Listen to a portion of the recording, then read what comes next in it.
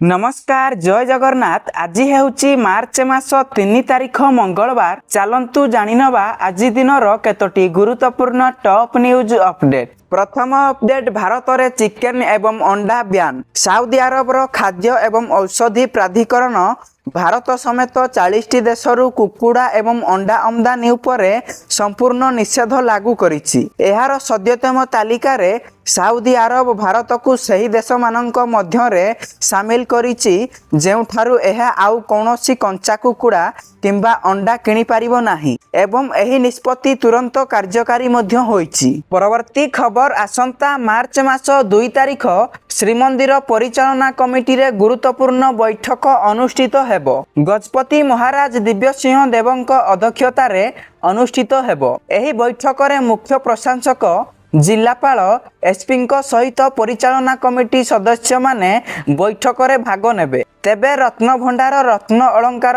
गणति मनंती पाई SOP प्रस्तुत होइथिबा बेले तारीख एवं शुभ बेला स्थिर करा जिवो। एथिसह गुंडीचा मंदिर केबे खुलिबो ताहा मध्य निष्पत्ति नियाजिवो। परवर्ती खबर, ग्राहकंकु बड़ झटका, बढ़िला एलपीजी गैस रो दर। देश रे पेट्रोलियम कंपनी गुड़िक पार्वण ऋतु रे घरोई गैस सिलिंडर रो मूल्य रे कौनसी रिहाती प्रदान करि नाहंती। एही समय रे क्रमागत तृतीय मास पई वाणिज्यिक गैस सिलिंडर रो मूल्य वृद्धि होईछि।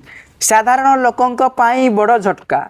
होली पूर्वरु मार्च 1 तारिख 2026 रे एलपीजी दर अपडेट करा जाइछि। दिल्ली रु पाटना पर्यंत वाणिज्यिक एलपीजी गैस सिलिंडर रे प्राय 28 रु 31 टंका वृद्धि होईछि। घरोई ग्राहकंक पई एहा आश्वस्तिर विषय जे 14 किलोग्राम एलपीजी सिलिंडर रो मूल्य रे कौनसी परिवर्तन होई नाही। परवर्ती खबर, गाड़ी चालक मानक पई गुरुत्वपूर्ण खबर। एणेकी डीएल रे रहिबो स्वतंत्र नंबर। साबाड़ हेबे अमानिया ड्राइवर। नियम उल्लंघन कले कटिब डिजिट। देश रे रास्ता दुर्घटना ह्रास करिबा एवं दायित्व संपन्न गाड़ी चालना को प्रोत्साहित करिबा उद्देश्य रे केंद्र सरकार नंबर आधारित डीएल व्यवस्था आरंभ करिबा को योजना करिसंती। एथिरे ट्रैफिक आईन उल्लंघन कले डीएल रुद्ध किंबा सस्पेंड करा जिवार प्रावधान रहिबो। केंद्र सड़क परिवहन एवं राजपथ मंत्री नितिन गडकरी एही सूचना दैछंती। परवर्ती खबर, बाण तैयारी कारखाना रे भयंकर विस्फोरण। धान बिल रे बिछाड़ी पड़िला मृतदेह। आंध्र प्रदेश रो काकीनाडा जिल्ला रो भेटलापालिम गाँव रे एक बाण तैयारी यूनिट रे शनिवार घटिछि बड़ धरणर विस्फोरण। एही दुर्घटना रे 18 जनकर मृत्यु होइथिबा बेले 6 जन गुरुतर आहत होइछंती। विस्फोरण समय रे यूनिट रे 20 रु अधिक कर्मचारी काम करुथिले।